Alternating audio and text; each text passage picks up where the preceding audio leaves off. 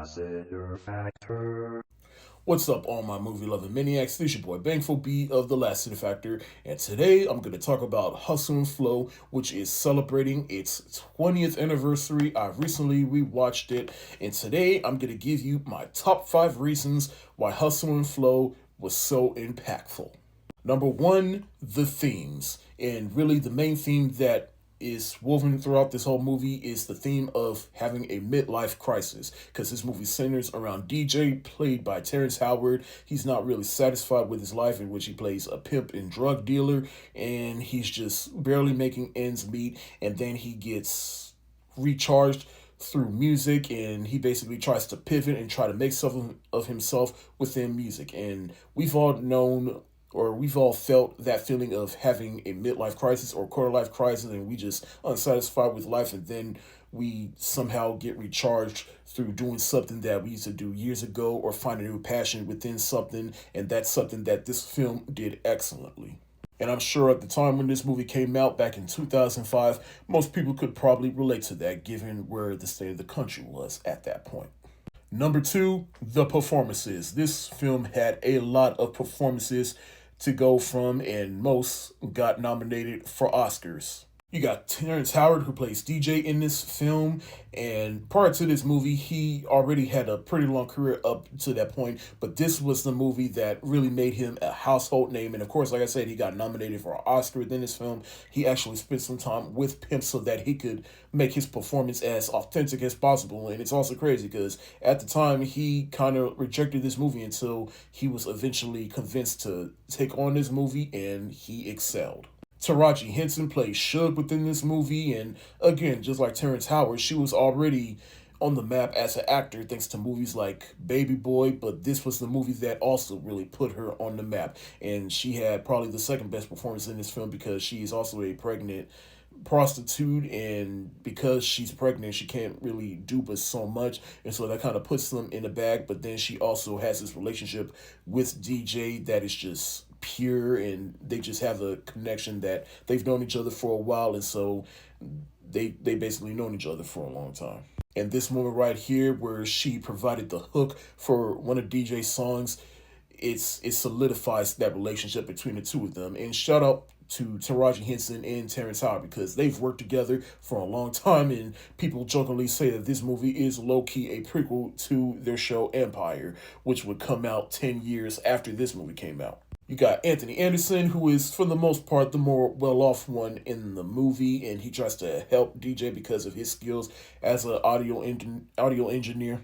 DJ Quells, who plays Shelby within this movie, for the little bit that he's in this movie, he brings something to this movie that was just needed. Granted, he is the only, well, not the only, but the only white boy in this movie, which they make a joke about in this movie, but it's just like he's still engraced into the Memphis culture and the ways of making music, and he understands it.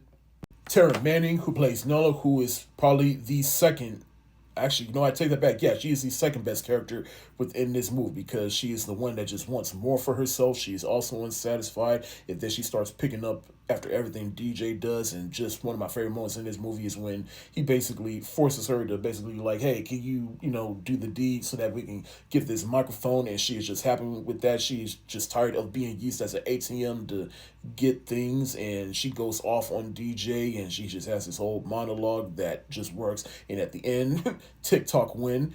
You in charge. I want to hear you say it. Say you're in charge. I'm in charge. And in charge she was. She took care of everything and got DJ on the radio. There are so many performances in this film to choose from, but everyone did their part. Everyone did an excellent job in making this movie iconic. Number 3, the music. And real quick, Apple Music, Tidal, I don't know if it's on Spotify, but any music streaming service. What are you doing not having this soundtrack available to listen to? But anyways, the soundtrack is also perfect.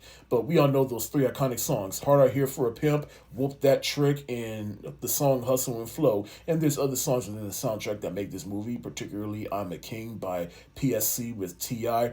But of course, the songs in this movie are iconic. One of them, Hard Out Here for a Pimp, it's hard out here for a pimp, earned 3 6 Mafia an Oscar for Best Original Song, and that is an Oscar moment that will live rent-free in my head for a long time and will always be memorable. Like, I remember watching this live on TV. I'm like, yo, y'all seeing this? I think it's also funny because I think the host of that show of that year made a joke saying 3-6 Mafia 1, Martin Scorsese 0.